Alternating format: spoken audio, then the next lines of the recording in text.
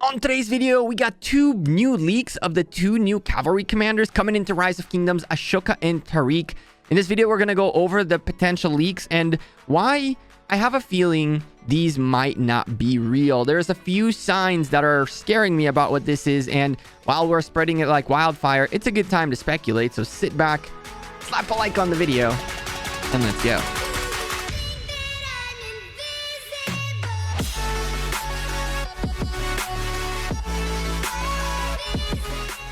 Hey there, YouTube. Welcome back to Gekko Gaming. We've gotten two screenshots of two descriptions of two new cavalry commanders coming into Rise of Kingdoms, and these commanders are looking a little bit weird. Before we start, don't forget to drop a like on the video and subscribe down below. Let's go over the leaks first and then tell you guys why I think this is a little bit weird. Why am I a bit skeptical about this, but at the same time, why am I not calling it instantly a fake leak? So first of all, let's go over Ashoka the Great, a legendary commander from Indian civilization. He's going to be a cavalry conquering attack commander, and there's a little bit of a story about him. He is the grandson of Chandragupta.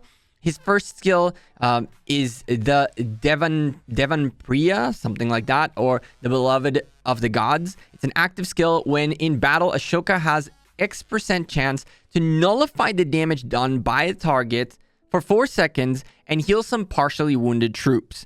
So if you and the percentages in this description are backwards, so you can start with 10% nullify entire damage, and it goes all the way to 50%, plus 440 healing, 400 healing factor, all the way up to 1500 healing factor in this scenario on the first skill, an active skill.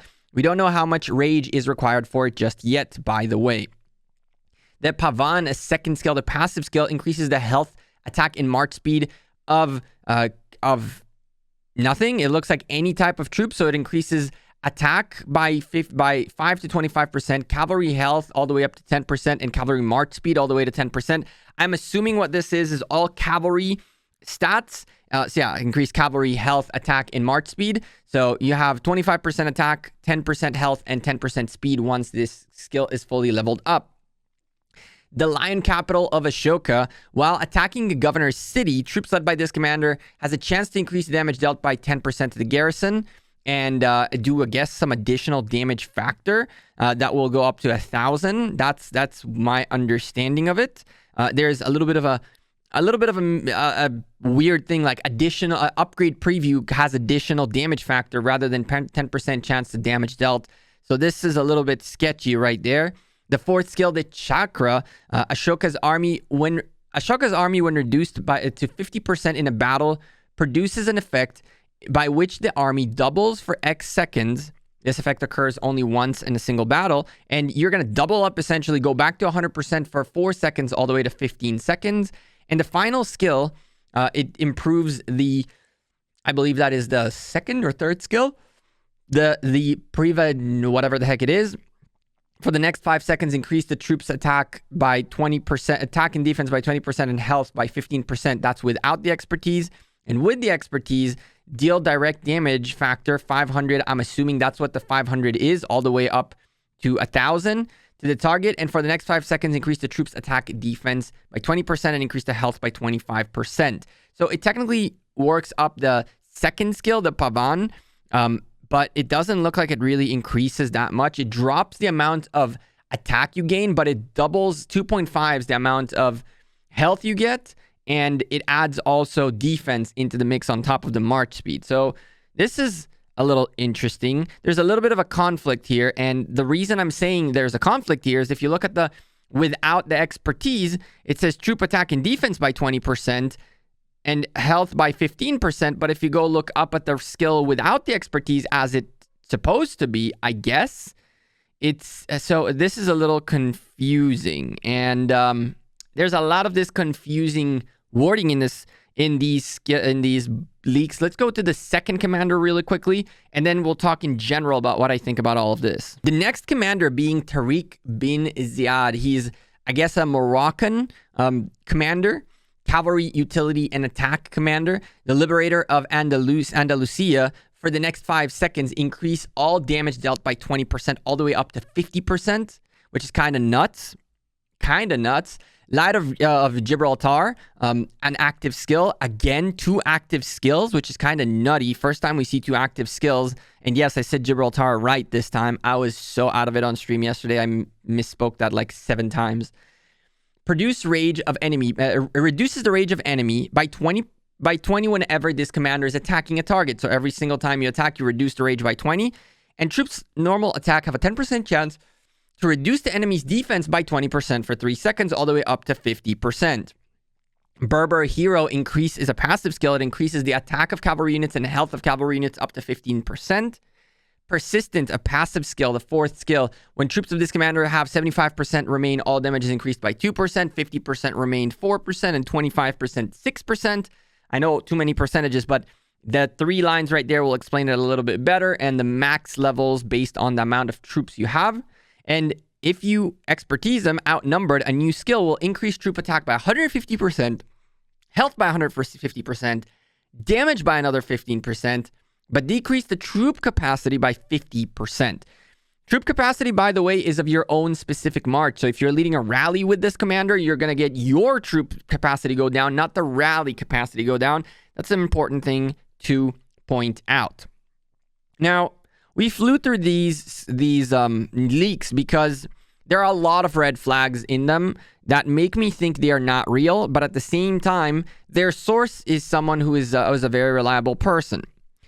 On the one hand, I was told where this came from, and the person who showed these things out is someone that has no reason to lie or to make things up, and I know he is fairly connected, so this wouldn't be it wouldn't be a questionable thing that something came out of this individual who leaked this.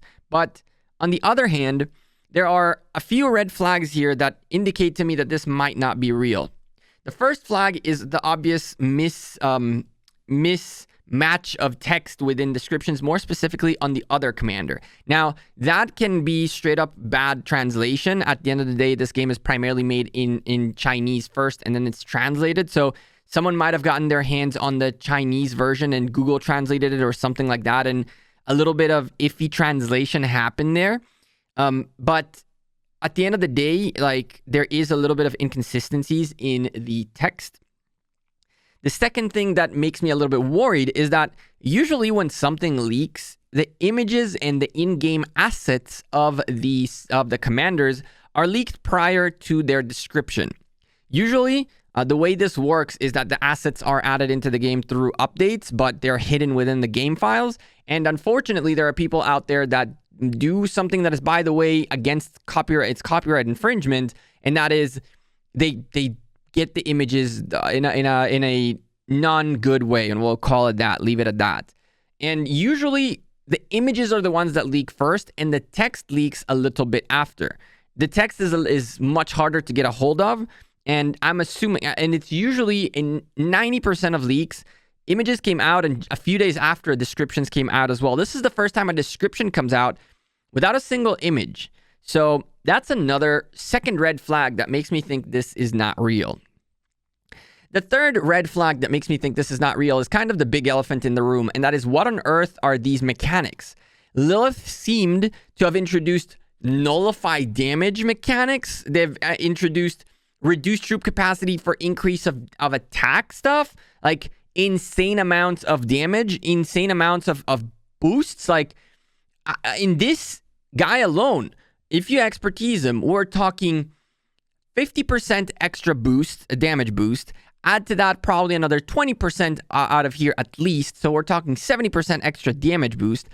Add to that, there is another 150 attack percentages based on that. It's like, we're talking like 300, 200, 300% extra damage output and attack output. Better yet, about 70% damage output in another like 200 plus attack buffs.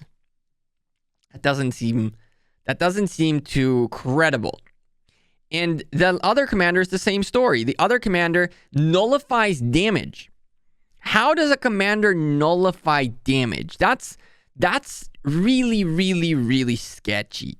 I don't think that this is accurate. I think that Ashoka and Tariq might be the next commanders, but I think these skills are a little bit of a figment of an imagination of someone who potentially sent it to someone who eventually ended up getting it to the person that I know this came out of. And this is kind of like a place where we can try to speculate a little bit and see what you guys think in the comments down below about all of this. I think that if this is real, though, this is Lilith pretty much dumping a bunch of new mechanics of commanders on us, and yet again creating a sort of an Attila Takeda of sorts, a pair of cavalry commanders that can be potentially very broken and can introduce new mechanics that no other commanders have, and therefore no other commanders have the ability to counter. For example, if we go back to Ashoka, whatever his name is, really quickly, nullify damage. The whole thing about Theodora, for example, is that when you have Theodora, she pretty much takes out every single debuff and all that stuff away from you. Like, her expertise is probably the most amazing thing for defense possible. But now there's nullified damage. Is she gonna stop nullified damage as well? Or are we gonna wait for new infantry or garrison commanders that are gonna have nullification kind of, like, prevent nullification kind of skills, right? So there's so much going on in here. The percentages of like X seconds and have a skill that's active for certain seconds, and this is only once per single battle, but when is it triggered and how is it triggered and what is considered a battle, all right? Like, because a battle ends the moment you get a report. So if we're open field fighting, you and me right now, and I double up and then I bail out, I walk away, I'm a cavalry guy, I can run away from you. A battle was ended, I get the report. Do I hit you again? Does it proc again for 15 seconds? There is so many potential new mechanics being added with these two new potential commanders that it seems a little bit too much for me to be true. But nonetheless, I figured I'd inform you guys and ask you, what do you think in the comments down below? Let me know. I'm Gekko. I'm out of here. Appreciate everyone who dropped a like on this video. Subscribe down below, and I will see you in the next video tomorrow, probably. Take care and have a good one. Peace.